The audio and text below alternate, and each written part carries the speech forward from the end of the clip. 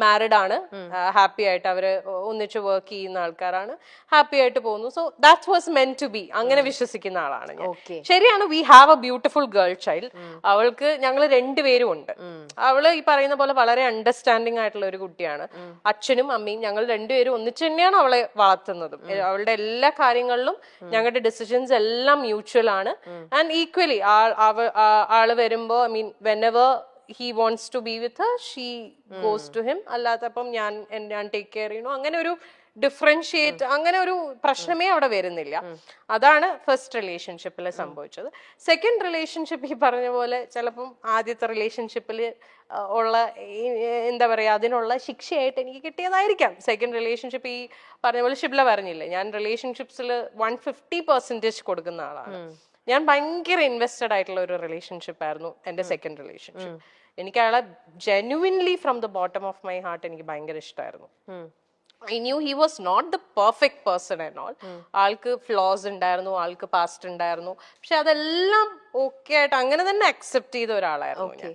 But I never thought he would do this to me. പിന്നെ അതിന് ഞാൻ കുറ്റം പറയുന്നില്ല, മേ ബി ആൾക്ക് നമുക്ക് ഫസ്റ്റത്തെ ഒരു അടി പോലെ നമുക്ക് അത് കിട്ടി, അങ്ങനെ ഞാൻ വിശ്വസിക്കുന്നു. അങ്ങനെ ആയിക്കോട്ടെ, നമ്മൾ അങ്ങനെ ഒന്ന് ചെയ്തുകൊണ്ട് നമുക്ക് മറ്റുള്ളവരെ ബ്ലെയിം ചെയ്യാനും പറ്റില്ല. ഞാൻ ബ്ലെയിം ചെയ്യുന്നില്ല. എനിക്ക് ആകപ്പാട് ആളുടെ അടുത്ത് ദേഷ്യം തോന്നിയ ഒരു കാര്യം എന്ന് പറഞ്ഞാൽ അക്സെപ്റ്റ് ചെയ്തില്ല. ലൈക്ക് വേറെ ഒരു ആളോടൊരു ഇഷ്ടം തോന്നി, അല്ലെങ്കിൽ ആ റിലേഷൻഷിപ്പിലേക്ക് പോയി എന്നുള്ളത് അത് ഓപ്പൺലി എന്നോട് പറഞ്ഞിരുന്നെങ്കിൽ നമ്മൾ സ്റ്റെപ്പ് ബാക്ക് ചെയ്യും. We would never force someone. നമുക്ക് ഒരാളെ ഫോഴ്സ് ചെയ്യാൻ പറ്റില്ലല്ലോ നമ്മളെ കൂടെ നിൽക്കൂ എന്നുള്ളത്. അത് ഓപ്പൺ ആയിട്ട് പറഞ്ഞിരുന്നെങ്കിൽ കുറച്ചും കൂടി നേരത്തെ, കുറച്ചും കൂടി ബെറ്റർ ആയിട്ട് എനിക്ക് ഇതൊന്ന് കം ഔട്ട് ചെയ്യാൻ പറ്റിയേനെ with the help of my people. പക്ഷെ അത് സംഭവിച്ചില്ല. അപ്പോ ഇത്രയും ട്രൂ ഫ്രണ്ട്സിനെ പോലെ തന്നെ ചില ഫ്രണ്ട്സ് അപ്പൊ ആര്യനെ ചീറ്റ് ചെയ്തിട്ടും ഉണ്ടാവണം. യെസ്, അല്ലേ? ഉണ്ട്. അതുകൊണ്ടാണല്ലോ ഇങ്ങനെ ഒന്ന് സംഭവിച്ചത്.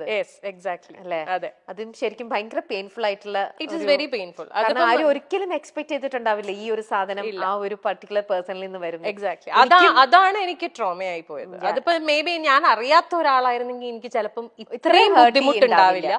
ഇത് എനിക്ക് ആ പെയിൻ ശരിക്കും കിട്ടുന്നു, കാരണം എനിക്ക് റിലേറ്റ് ചെയ്യാൻ പറ്റുന്നുണ്ട്. എന്റെ കണ്ണിപ്പം നിറയാണ് ആക്ച്വലി. കാരണം ആ ഒരു വേദന ഒരു ലേഡി എന്നുള്ള രീതിയിൽ എന്റെ കണ്ണ് നിറയണം. നമുക്കത് ശരിക്കും നമുക്കത് ഫീൽ ചെയ്യാൻ പറ്റുന്ന കാര്യമാണ്. ആര്യ, അത് യു വെൻ ത്രൂ ദാറ്റ്. ഭയങ്കര ഒരു ആര്യ അത് എങ്ങനെ ഹാൻഡിൽ ചെയ്തു? Arya it was very difficult. ഞാൻ I fell on to a depression. ഭയങ്കര ബുദ്ധിമുട്ടായിരുന്നു. I lost myself. നമുക്കത് കാരണം നമ്മൾ ജീവനായിട്ട് നമ്മുടെ കൂടെ നിർത്തിയിട്ടേ അവൾ എനിക്കിട്ട് ഇങ്ങനെ പണിയ എന്നൊക്കെ പറയണത് ശരിക്കും. അതെ, എന്റെ കാര്യത്തിൽ കുറച്ചും കൂടെ ബുദ്ധിമുട്ടായി പോയത്, ഞാൻ ഇതെല്ലാം ഫേസ് ചെയ്യുന്നത് ലോക്ക്ഡൌണിന്റെ സമയത്താണ്. മൊത്തത്തിൽ ഞാൻ പെട്ടുപോയ അവസ്ഥയായിരുന്നു. Like I couldn't do anything. എന്നുവെച്ചാൽ നമുക്കിപ്പോ ഒരു കൗൺസിലറിന്റെ അടുത്ത് പോലും പോവാൻ പറ്റത്തില്ല എന്നുള്ള ഒരാളെ ഇപ്പം നമ്മൾ പറയും ഓക്കെ ഫ്രണ്ട്സിന്റെ അടുത്ത് പോയിരുന്ന് ചിലപ്പോ സംസാരിച്ചാ ഓക്കെ, എങ്ങനെ പോവാനാ? മുറിന്ന് പുറത്തിറങ്ങാൻ പറ്റില്ല, because we are all lockdown. ആകപ്പാടെ ഈ കമ്മ്യൂണിക്കേഷനേ ഉള്ളൂ. പക്ഷെ എത്രയൊക്കെ നമ്മൾ ഫോണിൽ കമ്മ്യൂണിക്കേറ്റ് ചെയ്താലും ഒരു ഫേസ് ടു ഫേസ് നമ്മൾ ഇപ്പൊ ഇങ്ങനെ ഇരുന്നൊരു ബ്രേക്ക് ഡൗൺ ചെയ്ത് പോയാൽ ചിലപ്പോൾ ഇതങ്ങ് പോവും. അതും ഫോണിൽ നമ്മൾ സംസാരിക്കുന്നതൊക്കെ തമ്മിൽ there's a lot of difference. അപ്പം ആ ഒരു സാധനവും എനിക്ക് കിട്ടിയില്ല. അപ്പൊ ഞാൻ മുഴുവനായിട്ട് ഞാൻ അതില് എന്താ പറയാ ഡ്രൗൺ ആയി പോയി. പിന്നെ ആര്യനെ ഹെൽപ്പ് ചെയ്തത് ഞാൻ തന്നെയാണ്. ഇപ്പൊ എന്ത് പറയാൻ വന്നു? പക്ഷേ ഈ പറഞ്ഞ പോലെ ഒരു പോയിന്റിൽ നമ്മൾ റിയലൈസ് ചെയ്യും. എന്നെ ഈ പറഞ്ഞ പോലെ പുഷ് ചെയ്യാൻ അഫ്കോഴ്സ് എന്റെ ഫ്രണ്ട്സ് ഉണ്ടായിരുന്നു. ഒരു പോയിന്റ് എത്തിയപ്പോ അവരെല്ലാവരും റിയലൈസ് ചെയ്തു ദാറ്റ്സ് ഞാൻ മുങ്ങിക്കൊണ്ടിരിക്കുകയാണെന്നുള്ളത്. അപ്പൊ അവരെല്ലാവരും അവരുടെ എല്ലാ സൈഡിൽ നിന്നും മാക്സിമം പറ്റുന്ന രീതിയിലൊക്കെ എന്നെ സപ്പോർട്ട് ചെയ്തു. പിന്നെ എന്നെ ഏറ്റവും കൂടുതൽ എന്നെ ഇതിലേക്ക് തിരിച്ചു കൊണ്ടുവന്നത് ഇസ് മൈ ഡോട്ടർ.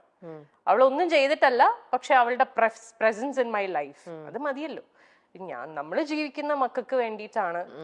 നമ്മുടെ ഐ മീൻ എന്നെ സംബന്ധിച്ചിടത്തോളം ഷീ ഈസ് മൈ എവറിഥിങ്. ഞാൻ ഇപ്പൊ ജീവിക്കുന്നതും ഇപ്പൊ കഷ്ടപ്പെടുന്നതും ഒക്കെ അവളുടെ ഫ്യൂച്ചർ സെക്യൂർ ആക്കുക, അവളെ ഹാപ്പി ആയിട്ട് വെക്കുക. ശരിക്കും റിലേറ്റ് ചെയ്യാൻ പറ്റുന്നുണ്ട്. ആ ഫീല് കറക്റ്റ് ആയിട്ട് കിട്ടുന്നുണ്ട് ശരിക്കും. ഭയങ്കര ഇത് കണ്ടു കഴിഞ്ഞാൽ എന്നെ ഈ പറഞ്ഞ എന്റെ ഫ്രണ്ട്സ് എല്ലാരും ചീത്ത വിളിക്കും. എന്നോട് പല പ്രാവശ്യം പറഞ്ഞിട്ടുണ്ട് ഇനി മേലാൽ ഇതും പറഞ്ഞുകൊണ്ട് എവിടെങ്കിലും പോയിരുന്നു മോങ്ങിയ ഇടിയിട്ട് പക്ഷെ അത് നമ്മള് പക്ഷെ അത് automatically it comes. അത് ആരാണെങ്കിലും കാരണം നിങ്ങളുടെ കൂടെ ഒരു രീതിയിലും പിക്ചറിലുള്ള ഒരാളായിരുന്നില്ല ഞാനൊരു പുറത്തുനിന്നുള്ള ഒരു ലേഡി എന്നുള്ള രീതിയിൽ ഇന്നിപ്പോ ആര്യനെ ഇത്രത്തോളം ഇൻ ആൻഡ് ഔട്ട് മനസ്സിലാക്കിയതിൽ നിന്നും എനിക്ക് ഇത്രത്തോളം ഹേർട്ട് ചെയ്യണം എന്നുണ്ടെങ്കിൽ എന്റെ കണ്ണുകൾ നിറഞ്ഞു ഇങ്ങനെ ഒഴുകണം എന്നുണ്ടെങ്കിൽ ആ ഒരു അത് അവർക്ക് പറ്റില്ല. മീ സീങ് ലൈക്ക് ദിസ്, ഞാൻ ഇങ്ങനെ ഇരുന്ന് കരയണത് കാണാനൊന്നും അവർക്ക് ഇഷ്ടമല്ല. അതുകൊണ്ടാണ് അവര് പറയുന്നത് കുറച്ചും കൂടെ ബോൾഡ്. അല്ലാതെ വേറൊന്നും കൊണ്ടിട്ടല്ല. അവര് പറയണത് എന്തിനാ ഇങ്ങനെ പോയിരുന്നു ഇനി കരയില്ലേ എന്ന് പറയും. അത് അവരുടെ പോയിന്റ് ഓഫ് വ്യൂല് വളരെ അവർക്ക് അങ്ങനെ പറഞ്ഞ പോലെ ഈ ഞാൻ മറ്റേ ഇമോഷൻ ആളായതുകൊണ്ട് ഇത് ട്രിഗറായി വരും. പക്ഷെ കഴിഞ്ഞു, ദാറ്റ്സ് ഓവർ. പക്ഷെ എന്നാലും അത് ആര്യ എത്ര ടൈം എടുത്തിട്ടുണ്ടോ അതിന്ന് റിക്കവർ ചെയ്ത് ഇങ്ങനെ വരാനായിട്ട്? സെൽഫ് തന്നെയാണ് അത് കംപ്ലീറ്റ് വർക്ക് ചെയ്തത്. മോർ ദാൻ 1 year അല്ലേ? പിന്നെ ഞാൻ എന്താ ചെയ്ത വെച്ചാല് ഞാൻ I wanted to distract my mind completely. അങ്ങനെ ഞാൻ ഫുൾ എന്റെ കോൺസെൻട്രേഷൻ എന്റെ ബ്രാൻഡിലിട്ടു. കാഞ്ചീവരത്തില് ഒന്നും നോക്കിയില്ല. ബ്രാൻഡ് മാക്സിമം വർക്ക് ചെയ്ത് എനിക്ക് തോന്നുന്നു ആ ഒരു സമയത്താണ് ഞാൻ ആ ബ്രാൻഡിനെ ഒന്ന് ശരിക്കും പൊക്കിയെടുത്ത് കൊണ്ടുവന്നത്.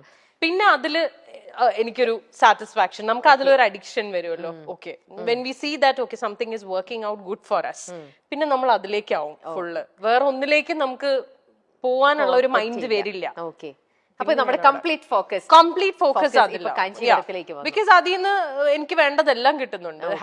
Satisfaction, happiness, peace of mind, everything. വേറെ ഒന്നും നോക്കില്ല. പിന്നെ തിരിഞ്ഞു നോട്ടം ഉണ്ടായി. അങ്ങോട്ട് തിരിഞ്ഞു നോക്കുക വേണ്ട. ഞാൻ എപ്പോഴും പറയണ ഒരു കാര്യമാണ്, I am still very thankful to that person for one thing. ആളില്ലായിരുന്നെങ്കിൽ ചിലപ്പോ കാഞ്ചീവരം എന്ന് പറയുന്ന ബ്രാൻഡ് ഞാൻ സ്റ്റാർട്ട് ചെയ്യില്ലായിരുന്നു. ആ സമയത്ത് ആൾ എനിക്ക് തന്ന ഒരു ഇമോഷണൽ ആൻഡ് മോറൽ സപ്പോർട്ട് ഉണ്ട്. That is huge. കാരണം അതിന് ഞാൻ I will be for ever grateful. ചിലപ്പോ അതിന് വേണ്ടിയിട്ടായിരിക്കും അദ്ദേഹം ലൈഫിൽ വന്നിട്ടുണ്ടാവും. അത് വന്നു, ഇതിങ്ങനെ ആയി, അതങ്ങ് പോയി, നമ്മൾ കുറച്ച് കാര്യങ്ങൾ അതോടെ പഠിച്ചു.